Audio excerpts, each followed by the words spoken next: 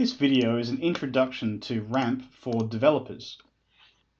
We're going to look at the various ways that you as developers can leverage RAMP in your own code, and conversely, how RAMP can benefit from your own custom functionality. Let's look at the different development options that are available in RAMP. So in some of the previous videos where we've looked at workflows in RAMP, we've seen the command line interface for RAMP through RampRock, and we've also looked at RampFlow, which allows you to execute sequential processing workflows that you develop within the RAMP user interface. We also looked in that case how you can export some of those to batch files, Python scripts, and in fact C#.NET applications, and then how you can customize those to add additional flow control and logic.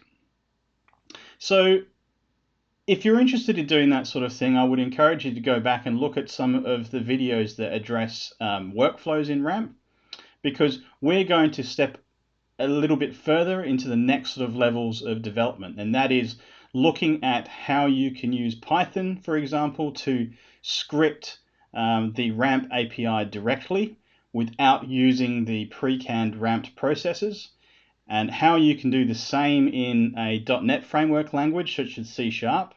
And then finally, in this series of videos, we're going to look at how you can extend RAMP yourself by adding your own functionality using the .NET framework.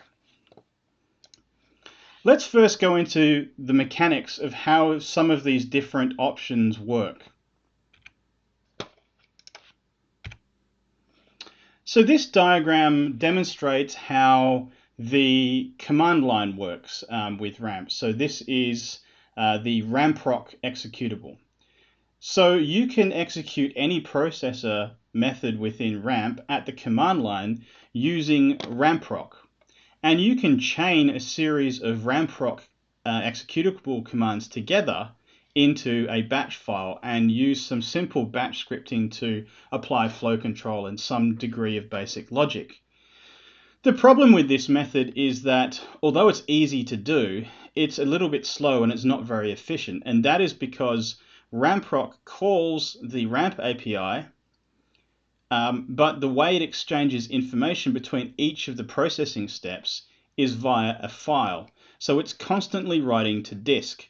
It's calling the API, it's asking for a read, it does something, and it writes it back out to a file, and then the next RampRock method kicks off, reads that file, processes it into another file, and the next step kicks off, reads that file, and so on and so forth. So it's high on disk input and output, so disk I/O, and that's what makes it a little bit slow. Let's look at the next method. So we've already looked at in other videos executing a RAMP workflow using the RampFlow executable. Now this is a little bit more efficient because instead of writing constantly to disk, it can exchange information between each of the processing steps by calling the internal RAMP processor methods. So in this case, it's reading, and then it's passing on the results from that file, doing some processing, passing the results to the next processor and the next processor, and then finally writing the file to disk again. So this is a lot more efficient. The only problem is you can't really change the workflow. You can't add iterators. You can't add flow control or additional logic that you could if you had access to a scripting language. So it's more efficient, but it has limited control. So let's look at the next option. So for example, if I had exported my workflow to a Python script and then executed it using Python, I can then edit the code, the script code, and I can add logic and flow control and this sort of thing. Now, if you're using Python, it has to use something called Pythonette, which allows Python to talk to the underlying RAMP API and .NET framework. And this, although Python gives you great flexibility, this is relatively inefficient because it's constantly exchanging Python into .NET, finding out what the methods are, wrapping it up nicely, and passing. So it's very chatty between Python and the .NET framework because of the reliance on PythonNet as a wrapper around the .NET framework. So yep, you can easily write code and call the processor methods, but it's not very it's very chatty, and so it's not truly efficient. Before we go any further, let's look at some Python code. Here's some Python code that was generated from the workflow editor in RAMP. And you can see that at one step it wants to call the range method from the local statistics processor. So in order to do that, it utilizes the property sets that are built into RAMP. So it goes and it says, okay, well, my method is called range, it's a string, my input raster index is a raster and it's number 1, blah, blah, blah, blah, blah. So it's building a property set before it actually then goes and gets the local statistics class, and then finally executes that class by passing the property set into the processor. So that's a lot of code for just essentially saying, hey, local statistics dot calculate range, done. So there is some amount of overhead. It doesn't matter if you're using Python or if you're using the batch scripting language or even the C# generated code from the workflow editor. There is some amount of overhead in specifying all of the arguments to a function. And that's denoted here in the green. So this is the generic processor method where we are defining a property set, passing the property set to the processor, and then calling execute. So these darker green boxes here imply that there's a little bit more overhead than if I had just called the underlying RAMP API method directly. So moving on, this is the case where Python now calls the RAMP API method directly. So let's go back to the code and see what I mean by that. So we're trying to reduce the overhead for creating the property sets and then calling execute. Let's see what I mean by calling the method directly.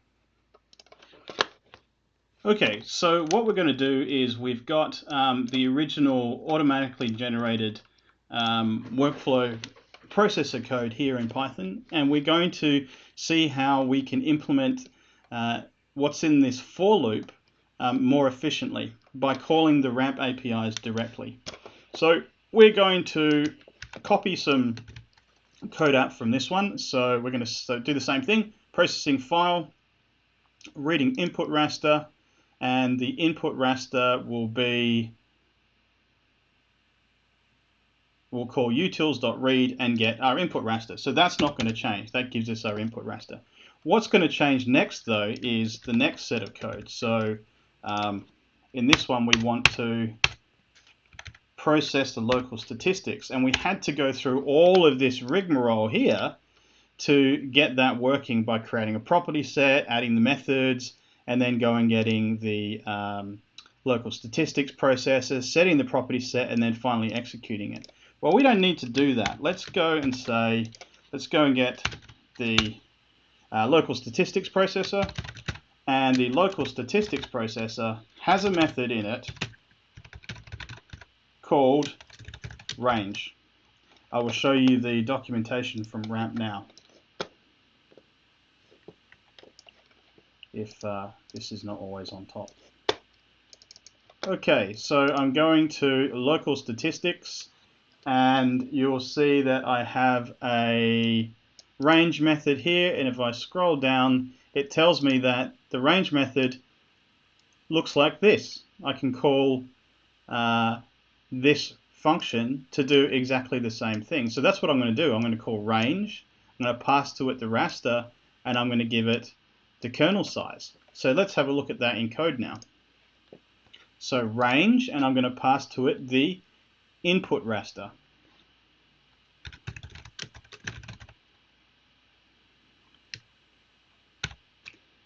And what we don't need to do is convert this to an array. So give it the input raster, and what's the kernel size? Let's have a look in our code here. The kernel size was 9. Kernel size was 9. And we're going to call this range raster equals local statistics dot range, calculate the input raster. Done. So that's all I needed to do to calculate exactly the same thing. And then at the end, I just need to output the range raster to the output file. So all of the code that was wrapped up in here can actually be just summarized into 2 lines by calling the local statistics range method directly. So that's what I mean by calling it directly, and this is why calling the processor method and executing it is a little bit more chatty, because there's a lot more work to do to prepare it in that way.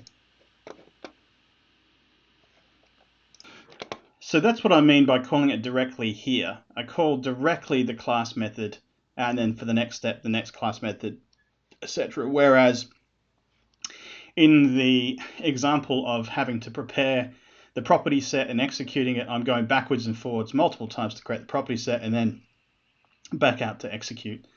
So it's just a little bit more efficient, and certainly a lot more readable in terms of code, and a lot less code that you need to generate. And you can do exactly the same thing if you were to write your own application using a .NET programming language, and this is probably the most efficient and gives you the greatest flexibility. You literally can call the RAMP API directly. There's no need to go through a wrapper like Pythonnet. It's a direct call, and it's the most efficient and cleanest method of writing code that uses RAMP. The last slide here that I wanted to show you was the idea of being able to extend RAMP yourself. So by writing a DLL that implements any of the standard reader, writer, processor, or tool interfaces in the RAMP API.